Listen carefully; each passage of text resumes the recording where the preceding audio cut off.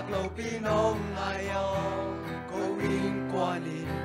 Bang hilel kayo yan Kipasang na di ngomlo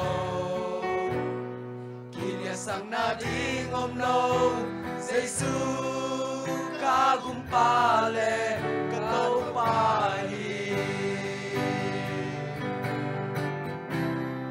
Mong ngay lâu nông inale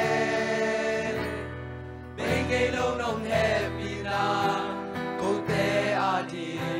Đi xin bin kỳ chinh Aton tung hong pa deni Aton tung hong pia deni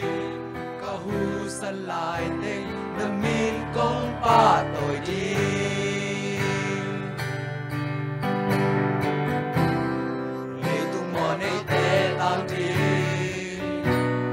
Phan tô không đông nu siamo Ni hingin bang Ang hela kayuyang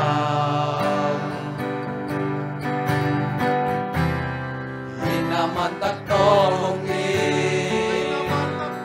Ngay naman takto hong ngay Jesu kagumpale katupayi Lâu nông inale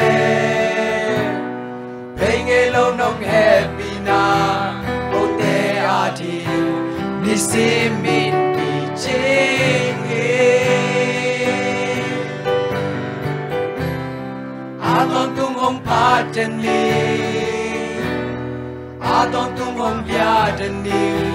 Kahu salai te Namin kong patoy di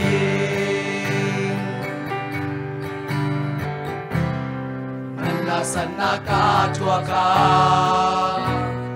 Kiên min to lên ka chang Đông e ting in Kê in bang hile kaya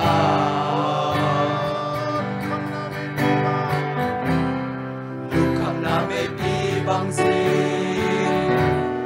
Ka natin hong phung nel chang Jesu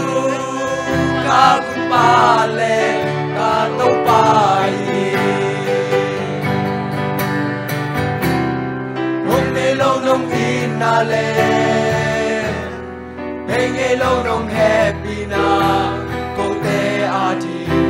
Ni silmin ki chingi Aton tung hong patani Aton tung hong biadani Kahu salai te Namin kong patoy di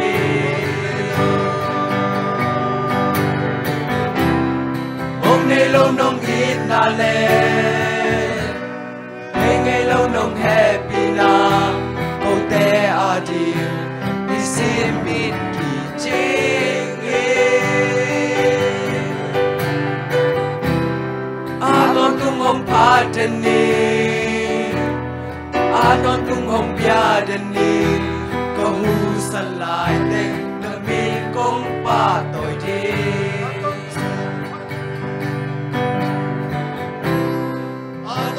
Hong patani Aton tung hong biadani Kahu salai teng namin kong patoy ding Kahu salai teng namin kong patoy ding